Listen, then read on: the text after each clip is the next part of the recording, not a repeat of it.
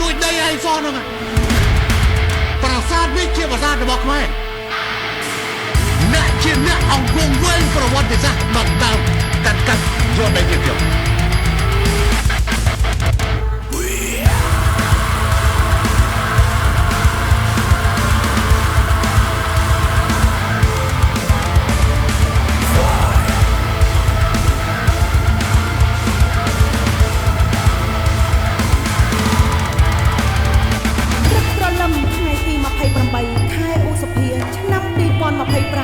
ទាហានសៀមផ្ដើមលបបាញ់ទាហានខ្មែរទាំងកម្រ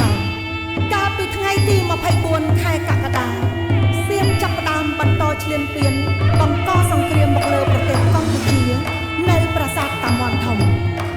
ថ្ងៃទី29ខែកក្កដាទាហានសៀមបន្តចាប់ខ្លួនទាហានខ្មែរយ៉ាងព្រៃផ្សៃចំនួន20នាក់ធ្វើជាចំណាប់ខ្មែរ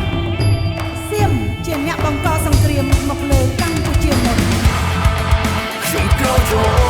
លមិនខ្លាចតតាំងនឹងខ្មាំងដូចជាកលាសាយើងខ្លាំងអ៊ុំអ្នកចំបាំងកាពីតែដី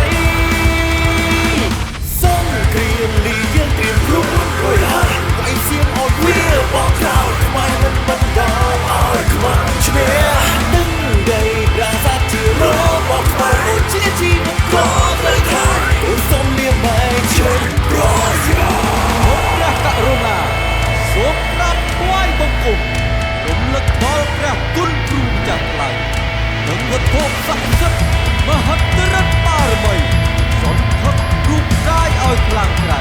កុំចាត់រូបភ័យសត្រូវយាយី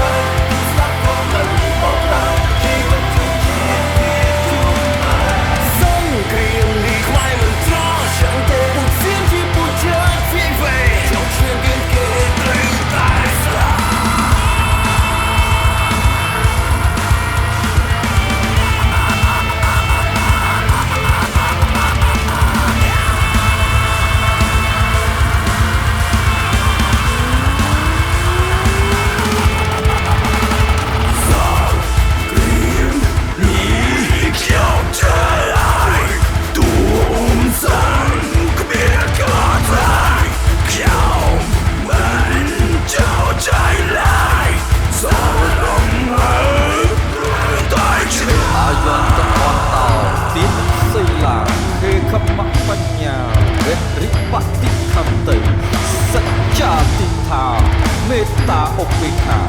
យុទ្ធាចរោតណ្ហាជាអវុធានិ